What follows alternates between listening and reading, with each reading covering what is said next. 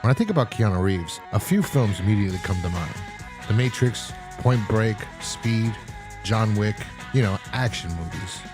And let's be honest, that's how most people see Keanu.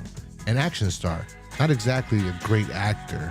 No one hears Keanu Reeves and goes, wow, what a phenomenal actor. I mean, we all remember Dracula, right? I'm very sorry.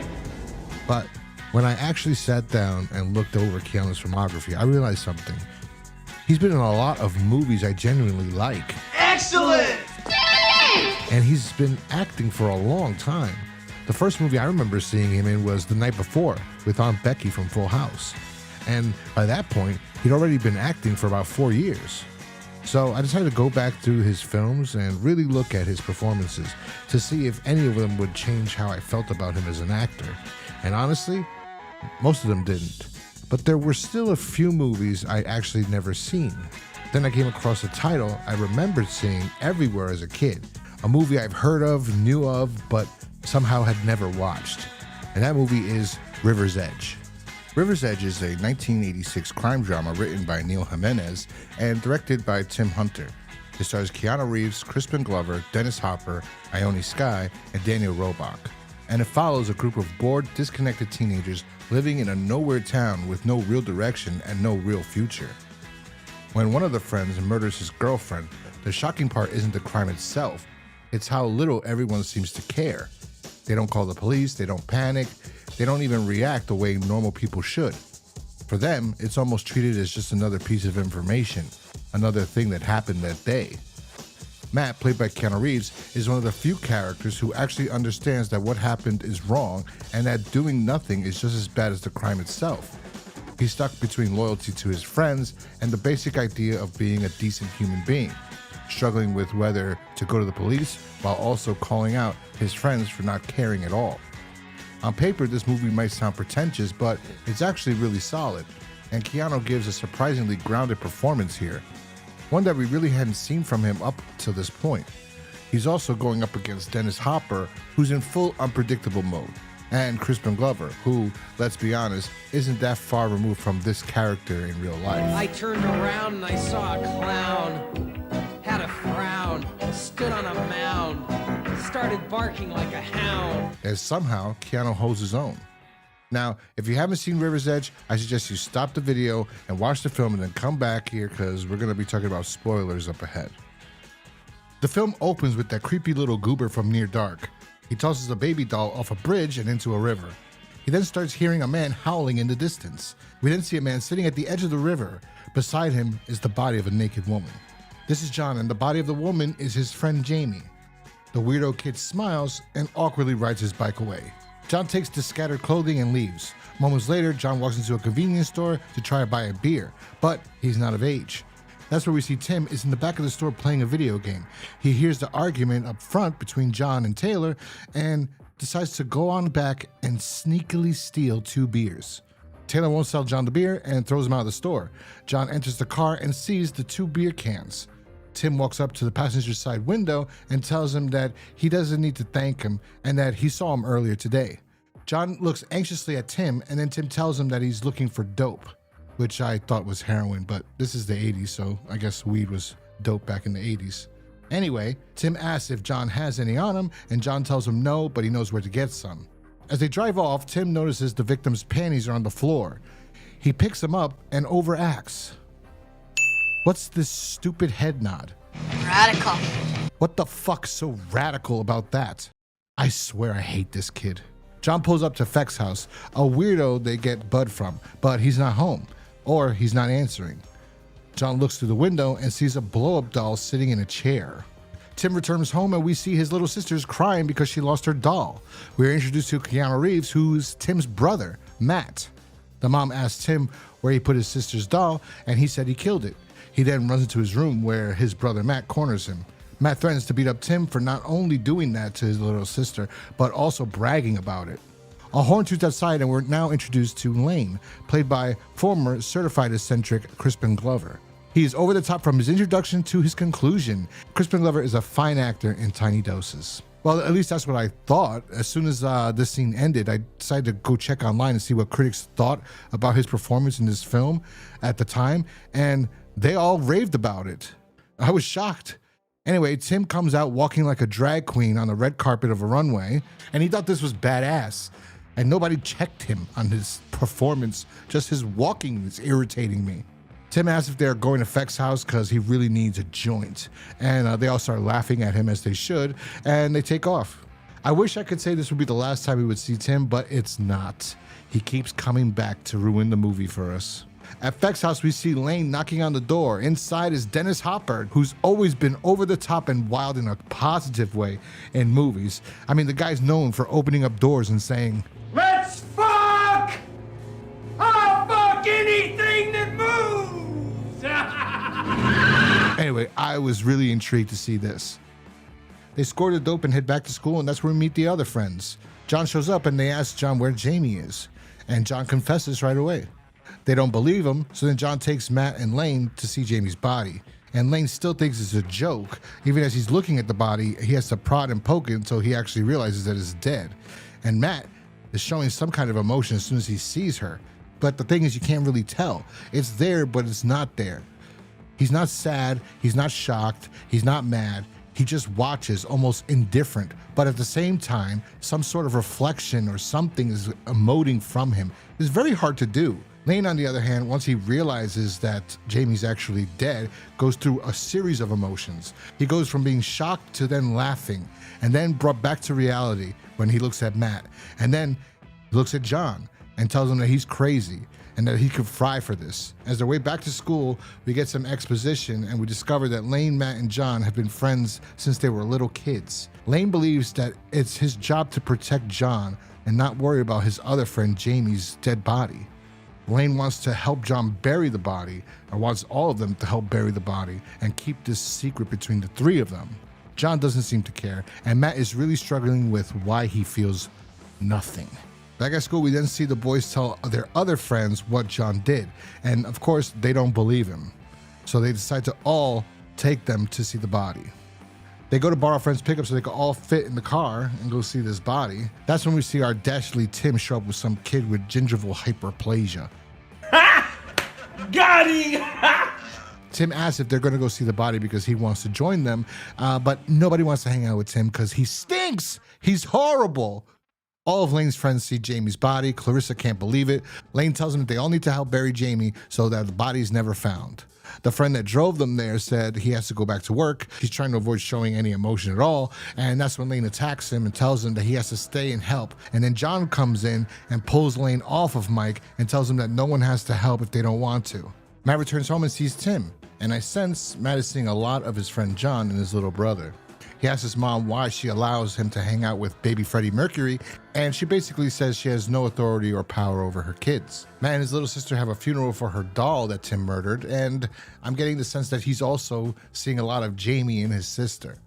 Lane comes over and Matt hides from him while Lane decides to phone John. Lane tells John that he needs help with the body, and John says that that's not important. Lane is genuinely worried about the body and John getting in trouble for this.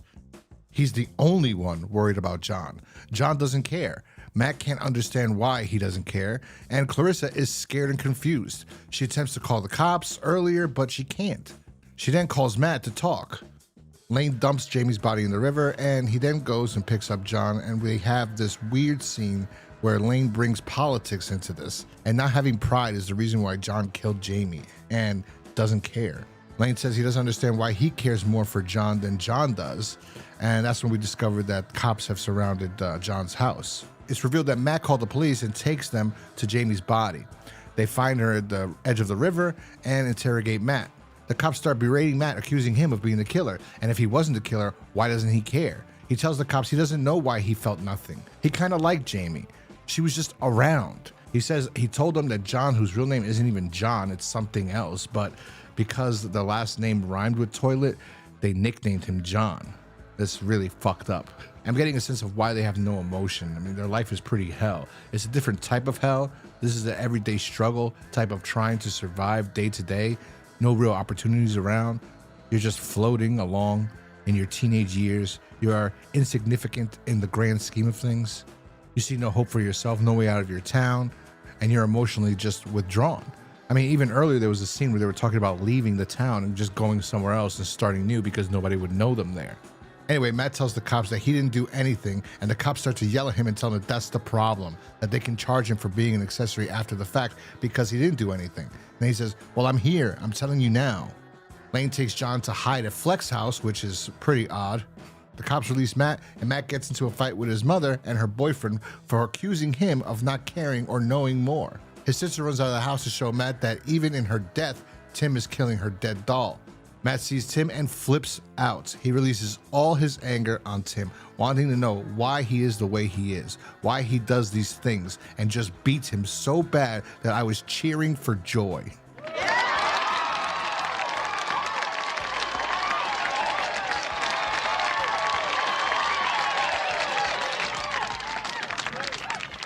It was also so bad that Tim's mother's boyfriend, who doesn't really care about the kids, had to intervene and help pull Matt off of Tim. I was really hoping he was going to help Matt beat the hell out of Tim, but no. A bruised and battered Tim tells Matt that he shouldn't have taken sides. Tim runs to his friend's house and tells him to grab his nunchucks and his dad's car, that he knows where to get a gun, because he wants to pay back his brother for beating the crap out of him. Lane picks up Matt and tells Matt that he knows Mike is the one that ratted out John. Matt says it could have been anyone, and Lane disagrees. He says he knows his friends and that he knows none of them would break his trust. I see how Crispin Glover was playing this character. It's a person people placated his whole life who has this sense of greater self-worth. It's an interesting take. They pick up Clarissa so she can give them money for their getaway. She only has quarters, so they head over to one of their other friends' house. And back at Feck's house, John and Feck get into a fight over Ellie, Feck's blow-up doll. They each wonder if the other one is crazy or not. We get some backstory about Feck and a sense of John's anger. John then forces Feck to take his car and go on a beer run. Lane gets into a huge fight with Clarissa over ratting out John to the cops. Lane says he liked Jamie, but she's dead and John is still alive. And Clarissa says, well, who else is he going to kill? Lane kicks her out of the car to do this on his own. Matt goes with Clarissa. The two bond. And Clarissa's decided she wants to be with Matt now and leave Lane because Lane's always acting like a dictator and demands that she and all of them do everything he says. Tim and his friends break into Feck's house to look for a gun. Matt tells Clarissa that he ratted out John and that it affected him seeing her dead and not having a bigger reaction to it. And Clarissa says the same. She says she didn't even cry for her and she's known her. She cries for people on television all the time when they die. They then bone.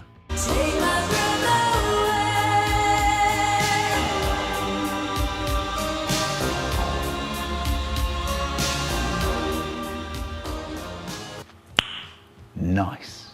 John and Feck go to the river's edge, and John is testing Feck's limits with Ellie. And that's when we discover more about Feck's backstory and how John did what he did to Jamie. John says he wasn't even really mad, and that Jamie just allowed him to do it. She just stood there and allowed him to kill her, which is more evil when you think about it, more eerie. It's like she didn't even have any self-worth either. Plus, they spice in these scenes with Matt and Clarissa having sex, like equating that with the death. It's really eerie and bizarre. But anyway, John says he felt alive when he killed Jamie and asks Feck if he felt the same way when he killed a woman. Feck tells John they have totally different reasonings for what happened.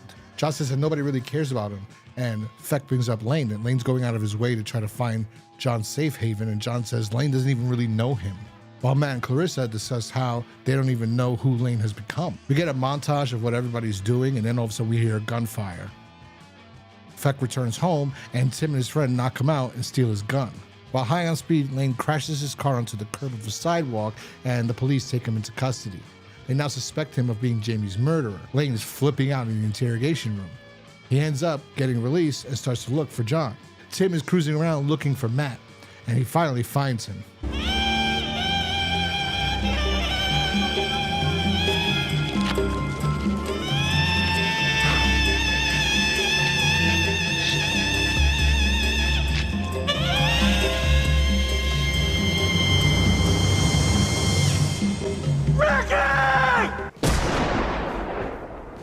No, not yet. But anyway, Matt and his friends decide to ditch school and they head over to the river where they find Ellie floating in the distance.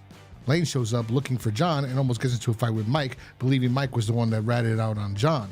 Lane demands that they tell him where John is because John's in trouble and they need to get him out of here. This is when Matt confronts Lane He tells him that he knows he doesn't even care that much about John, that Lane gets these crazy ideas in his head sometimes, and sometimes they're good ideas, but most of the time they're bad ideas. Lane sarcastically asks, what does a good idea sound like, ratting out John? And Matt says, yeah, he already did. Lane leaves upset. Tim shows up and pulls the gun on Matt, for real this time. Luckily, Matt's able to defuse the situation, and we realize that Tim is not really all that bad. He's just as messed up as Matt, if not a little bit more, because he's younger. They all find John's body. They can't believe it. John has a bullet in his head. And this is where the movie wraps up. We then see Feck in the hospital as he confesses to killing John. Says that he loved the woman that he killed, but John didn't love the one that he killed. At least that's what I got from this confession scene. The cops end up showing up at the river, and they take John's body away. Lane is seen in the distance, disturbed and alone. They then give Matt and Tim a ride home. Barely anybody shows up to Jamie's funeral except a handful of her friends and some family. And it seems like the friends still don't know how to feel. It feels almost as if they still feel nothing for somebody that they knew that passed away. It truly is sad. Clarissa and Matt sit at the funeral next to each other as we fade out and the movie ends. Honestly, since I originally saw this film, I've watched it several times now, and I will say I like it more and more each time I watch it. At first, I was put off by Crispin Glover's performance, but after a while I realized or interpreted his character as someone I knew from my past and realized why Lane perceives himself as the leader of this group of friends and how they just let him take that mantle as arguing becomes too stressful. He's a speed junkie. John is evil and dark and would have grown up to become a serial killer. Tim was headed in that same direction if it wasn't for his big brother Matt actually stepping in and taking a stance. Feck is supposed to be the yin to John's yang. First, we're to think that they're the same type of crazy. And then we realize that Feck is suffering from PTSD, from a terrible motorcycle accident he had when he was younger, one that cost him his leg, and in my opinion, the life of the real Ellie, the woman that he claims that he's killed. Feck has no friends and nothing but his memories. Once he realized that John was just a bad seed and wasn't like him and didn't kill Jamie by mistake, he realized what he had to do. And to be honest, he did the world a favor. But we're here because of Keanu's performance in the film. So at the end, did this change my view of Keanu Reeves as an actor? Yeah, a little bit. He may not be a riveting, dramatic actor, but he is one that can make you believe in the everyman. In this film, he is the every teenager of his time. His life has already made him emotionally numb. He starts as a passive, alienated teen, allowing Lane to manipulate him. Through the course of the film, he undergoes a subtle but significant internal growth and begins to act on his conscience, and Keanu is great at portraying this in the movie. It's an understated performance, especially among the other layered characters in the film. And that's Keanu's entire acting career. Understated. He's a good actor, a true Hollywood star. One that no matter what the film is, if he's in the film, I'm gonna give it a shot. And with that being said, I have to give River's Edge a 4 out of 5 stars. Actually, it's a lot higher than I originally intended to give this movie, as I didn't like Tim, and I thought at first that Crispin Glover's performance was a bit ridiculous. But like I said, after watching this several times now, I actually do like what Crispin Glover was trying to portray in this film, and he gives it a sense of originality. Also, this movie gets a little bit more of a boost in the ratings because I found out it was inspired by a true story. So with that being said, yeah, I think this is a pretty decent film. And that's why I'm going to give it 4 out of 5 stars. Anyway, if you saw River's Edge, let me know in the comment section down below what you thought about the film. If you like this video, remember to hit that like button and consider subscribing if you're new here. And I will talk to you guys next time. Peace.